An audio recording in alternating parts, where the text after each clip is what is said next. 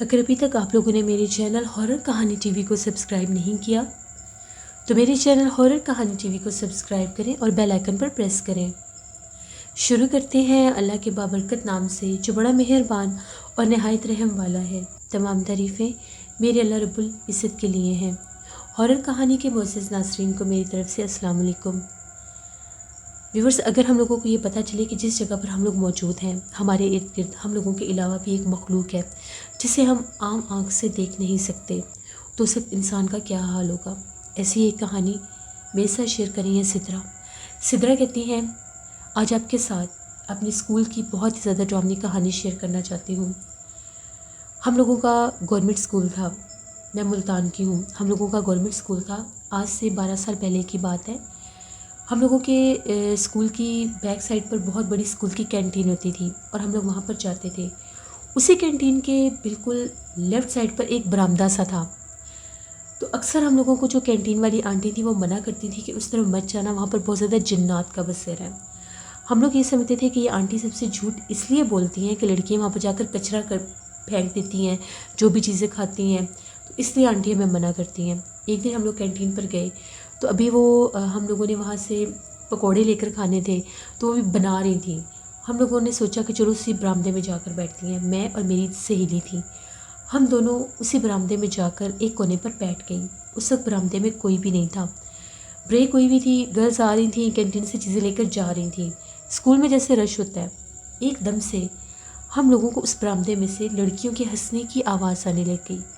ہم لوگوں نے کہا کہ ہم لوگ تو یہاں پر بالکل کینٹین کے ساتھ ہی بیٹھی ہوئی ہیں، تو اس طرف سے تو کوئی آ نہیں سکتا، پھر یہ ہنسنے کی آواز کہاں سے آ رہی ہے۔ پورے برآمدے میں ہمیں کوئی نظر نہیں آیا۔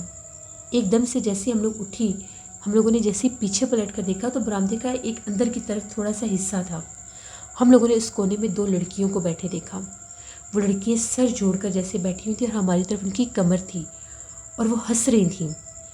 یونیفارم نہیں پہنا ہوا تھا، ان لوگوں نے عجیب و غریب طرح سے پتہ نہیں کس رنگ کے کپڑے پہنے ہوئے تھے، ڈارک سے کوئی کلر تھے۔ ہم لوگ حیران ہو گئے کہ لڑکیاں کون ہیں، بڑے اونچے کہکے لگا لگا کر وہ ہنس رہی تھیں۔ ہم لوگوں نے پوچھا کہ کون ہو تم لوگ؟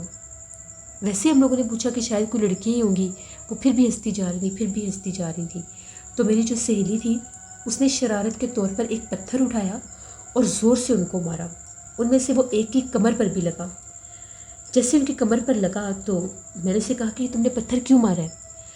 وہ ابھی ہم لوگ آپس میں بات کر ہی رہی تھی، ہم لوگوں کی ادھر نظر پڑی، وہ غائب ہو گئی۔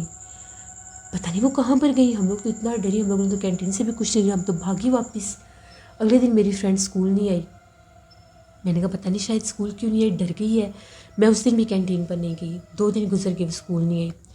میں نے تیسرے دن جب اس کے گھر میں فون کیا، میں نے اسکول سے اس کا نمبر لیا، تھی تو میری فرینڈ لیکن میرے پاس اس وقت موبائل نہیں تھا تو مجھے اس کے نمبر کی ضرورت نہیں پڑتی تھی، تو میں نے اسکول سے اس کا گھر کا نمبر لیا۔ تو جب میں نے گھر جا کر اس سے بات کی تو پتہ چلا وہ بہت سا بیمار ہے، اس کو دورے پڑ رہے ہیں۔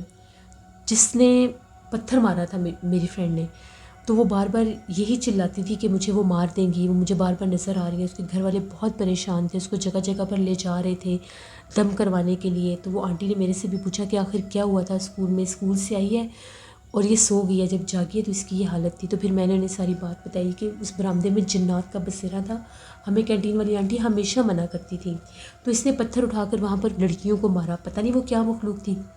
اس وقت تو وہ غائب ہو گئی۔ پھر ان لوگوں نے اس کا بہت علاج کروایا، پھر وہ شاہ رکن عالم گئے، وہاں پر ان لوگوں کو ایک بزرگ ملے، ان بزرگ نے کہا کہ اس کے پیچھے جنات لگے ہوئے ہیں جو اس کو نقصان پہنچانا چاہتے ہیں کیونکہ اس نے ان کو پہلے مارا ہے، وہ اس پر سخت ناراض ہیں۔ پھر انہوں نے اس کا بہت علاج کیا، تقریباً 3 ماہ وہ اسکول میں نہیں آ سکی تھی، اس کی حالت بہت خراب تھی۔ ان بٹوین میں اس کے گھر بھی جاتی تھی اس کو دیکھنے کے لیے، اسکول کی باقی لڑکیاں بھی جاتی تھیں، تو وہ بہت ویک ہو گئی تھی، بہت زیادہ اس کی حالت خراب تھی۔ اس کے بعد اس نے وہ اسکول ہی چھوڑ دیا، اس نے 10th کے پیپر بھی نہیں دیے، اس کا وہ سال بھی ضائع ہو گیا۔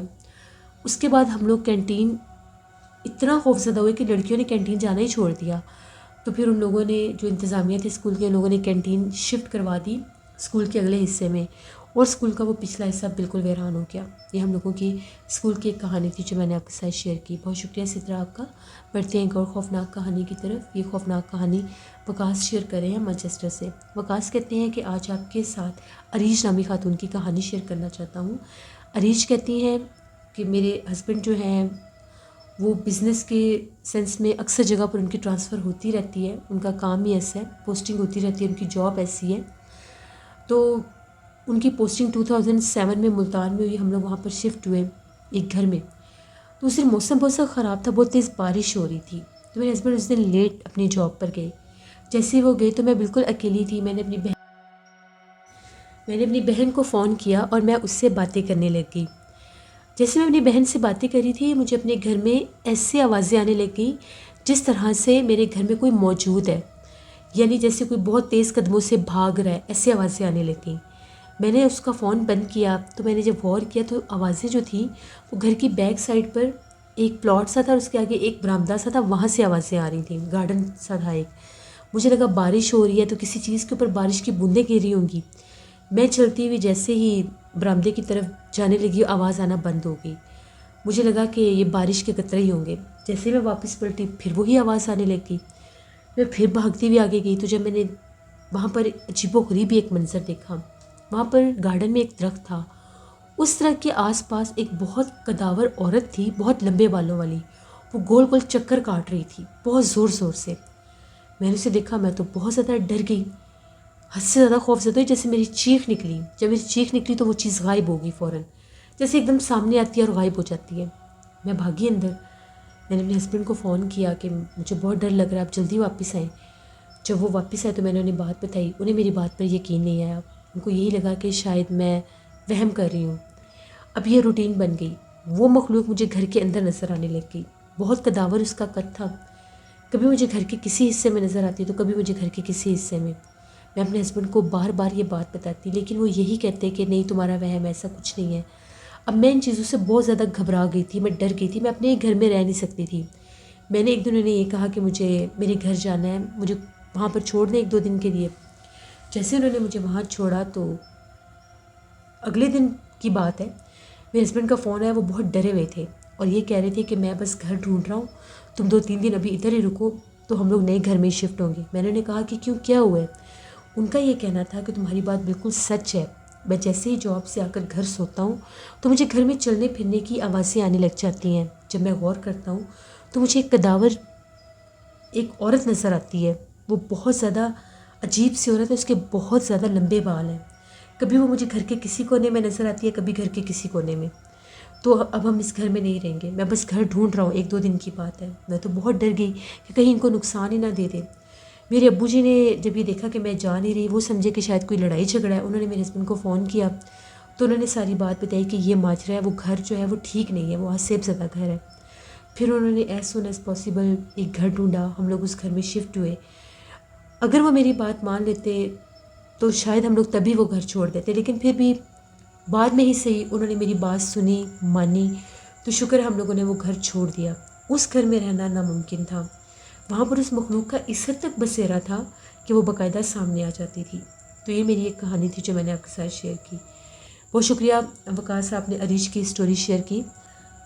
اس لیے یہ تھی آج کی ہارر سٹوریز. اپنا فیڈ بیک مجھے ضرور دیں، آپ لوگوں کو کیسی لگی. آپ لوگ بھی اپنی ہارر سٹوریز شیئر کر سکتے ہیں ڈسکرپشن باکس میں دیے گئے ای میل آئی ڈی nushirmi57@gmail.com پر. اس کے علاوہ آپ لوگ مجھے کمنٹ باکس میں بھی سٹوری شیئر کر سکتے ہیں. اپنا بہت سا خیال رکھیے گا. اپنی ڈھیروں دعاؤں میں مجھے میری فیملی کو ضرور یاد رکھیے گا. Thank you for listening my stories. Stay blessed. اللہ نگہبان.